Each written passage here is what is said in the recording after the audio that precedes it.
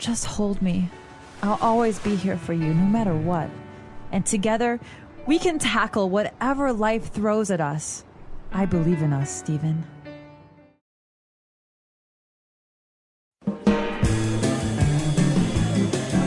Hello everyone, welcome back to EnglishPod. My name is Marco. And I'm Erika. And today we're bringing you again our romantic, dramatic suspense series, I'm Sorry, I Love You, Part 7. So we're going to find out what's happening with Stephen and Veronica. Right, in the last episode, Veronica was at the doctor's, she was pregnant. But then the doctor told her it was a lie and he made it up and she wasn't even pregnant. Exactly. So now let's see what Veronica and Stephen are going to say to each other. Maybe they will break up. I don't know. I don't think so. But let's listen.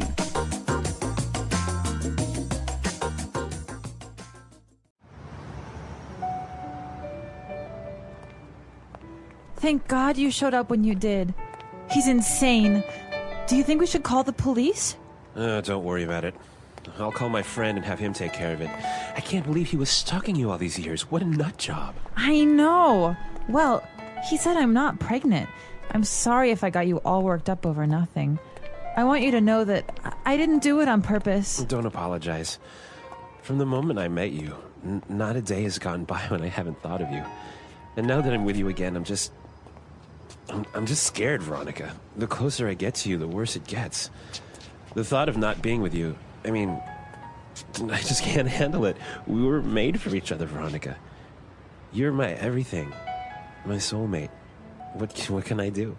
Just hold me. I'll always be here for you, no matter what. And together, we can tackle whatever life throws at us. I believe in us, Stephen. I'm so happy to hear that. I know we belong together. I love you so much.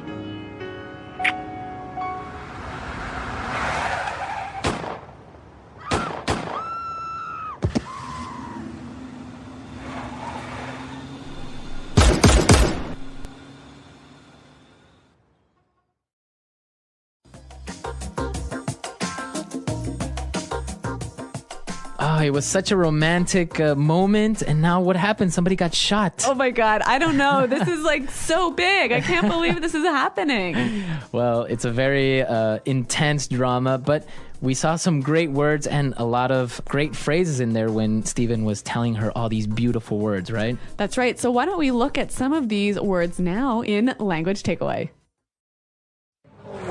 Language Takeaway. Veronica was glad, or she was very happy that Stephen showed up. That's right. Showed up. So to show up. Right. To come to a place. Okay, or to arrive. That's right. So let's listen to some examples of how we can use show up in different contexts. Example 1. We were waiting for you like an hour and you never showed up. Example 2.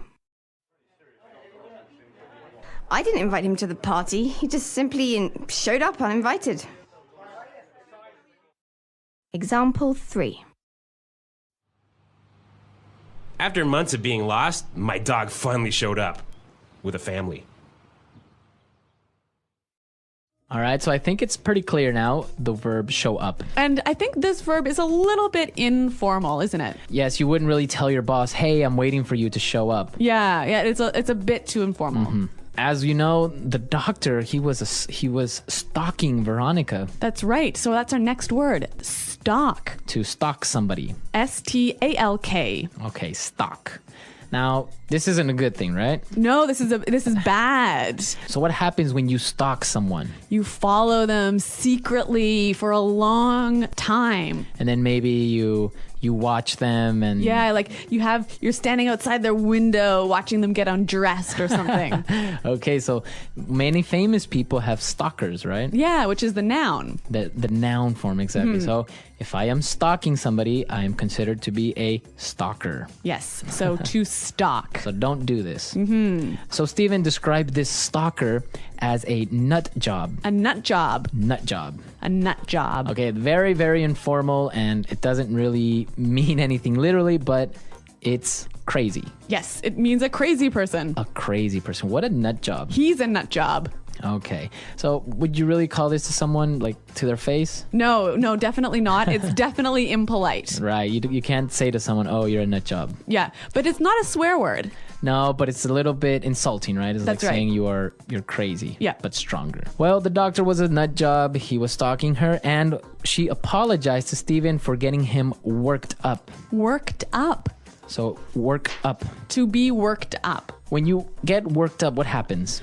You get really emotional and usually angry or sad or upset, but a negative emotion. Okay, so you got worked up. So it's always used with the verb to get. So to get worked up. Okay, you get worked up. You got worked up. Okay, very good. And well, Steven got worked up over nothing, but he didn't mind. He said she is his love, and he called her his soulmate. His soulmate. Soulmate. That's right. A very romantic word, meaning the perfect person for you. Right, your other half. Yes. Yeah. Okay, so your soulmate is that perfect complement for you. And it's usually romantic, right? Usually romantic, but sometimes you might use it with your very, very, very best friend. Okay, because you understand each other. Yeah, you know what the other one's thinking. You're the perfect fit together. Okay, soulmate. Mm-hmm. Very good. Well, we've seen some really interesting words, so why don't we listen to our dialogue again,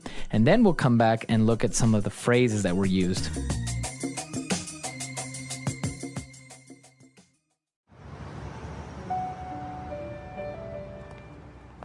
Thank God you showed up when you did. He's insane. Do you think we should call the police? Don't worry about it. I'll call my friend and have him take care of it. I can't believe he was stalking you all these years. What a nut job. I know. Well, he said I'm not pregnant. I'm sorry if I got you all worked up over nothing. I want you to know that I didn't do it on purpose. Don't apologize. From the moment I met you, not a day has gone by when I haven't thought of you. And now that I'm with you again, I'm just scared, Veronica. The closer I get to you, the worse it gets. The thought of not being with you, I mean, I just can't handle it.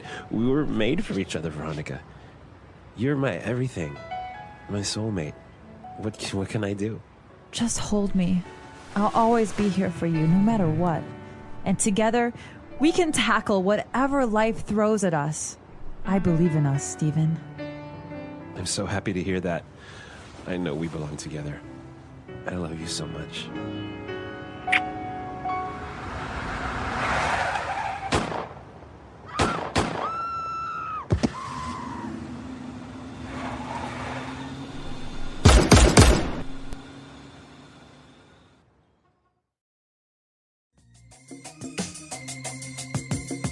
That was a little bit more clear this time, but now I want to look at some phrases in the dialogue and see how they can be put together.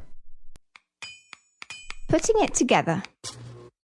So Veronica apologized to Steven for getting him worked up over nothing. Over nothing. Over nothing. Now it's the complete sentence. I'm sorry for getting you worked up over nothing. So over nothing means for no reason, right? Right, exactly. So why don't we listen to some other examples of how we can use over nothing? Example 1. You always get angry over nothing. You have such a bad temper. Example 2. I called the police last night over nothing. I thought I had a thief in my house. Example 3. Let's not fight over nothing. Let's just have dinner in peace. Okay, so we see you can use many different verbs together with over nothing. So get excited over nothing, get angry over nothing, get upset over nothing. Exactly.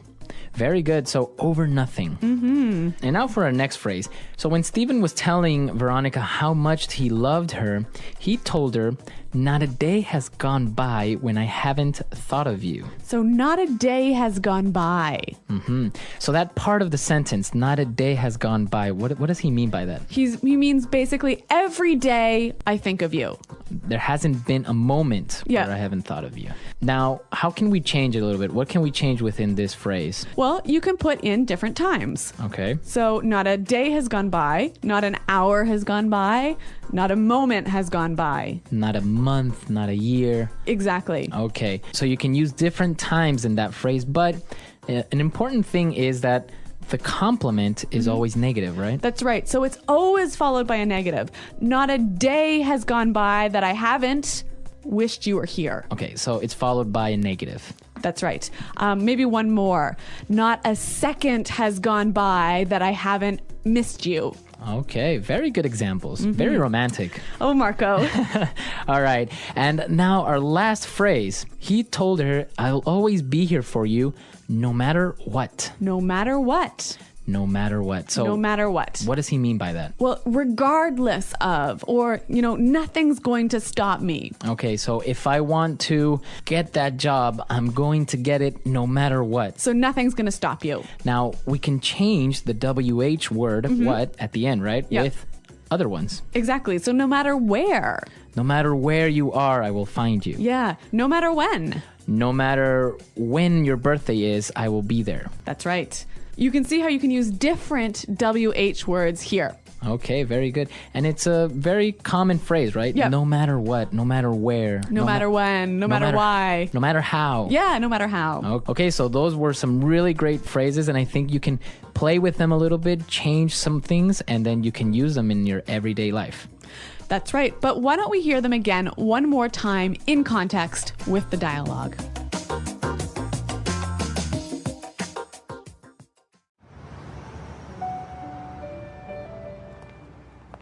Thank God you showed up when you did. He's insane. Do you think we should call the police? Don't worry about it. I'll call my friend and have him take care of it. I can't believe he was stalking you all these years. What a nut job. I know. Well, he said I'm not pregnant. I'm sorry if I got you all worked up over nothing. I want you to know that I didn't do it on purpose. Don't apologize. From the moment I met you, not a day has gone by when I haven't thought of you. And now that I'm with you again, I'm just scared, Veronica. The closer I get to you, the worse it gets. The thought of not being with you, I just can't handle it. We were made for each other, Veronica. You're my everything, my soulmate. What can I do? Just hold me. I'll always be here for you, no matter what. And together, we can tackle whatever life throws at us. I believe in us, Stephen. I'm so happy to hear that. I know we belong together. I love you so much.